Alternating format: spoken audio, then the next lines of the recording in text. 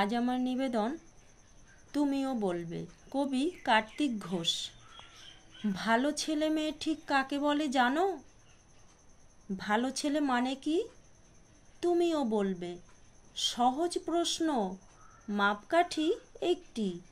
যে মেয়ে পেয়েছে অঙ্কে 100, যে ছেলে ভূগোলে সেরা, তারাই তো ভালো সবাই বলছে। হীরের টুকরো এরা।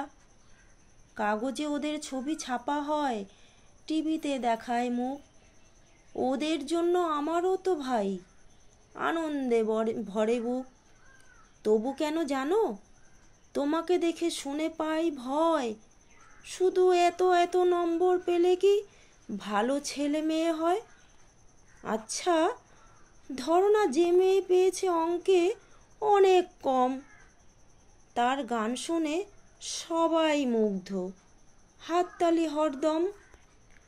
ওই যে ছেলেটা পাশ করে গেছে, এবারেও টেনে টুনে। বলতে কি ভাই আমরা অবাক ওর আবৃত্তি শুনে।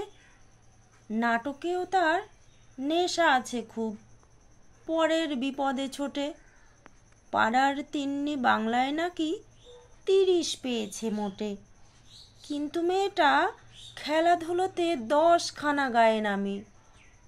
সত্যি বলো তো, তুমিও বলবে ওরা নয় কেউ দামি।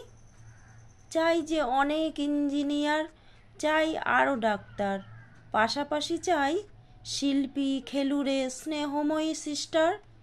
কম নম্বর পাওয়া ছেলেটাই কারিগর বলি আজ। দেশটা গড়তে তার হাতে দেখো কত দরকারি কাজ। পরের দুঃখে কাতর যে মেয়ে মুখটি করেছে কালো, কম নম্বর পেয়েছে বলে কি বলবে না ওকে ভালো?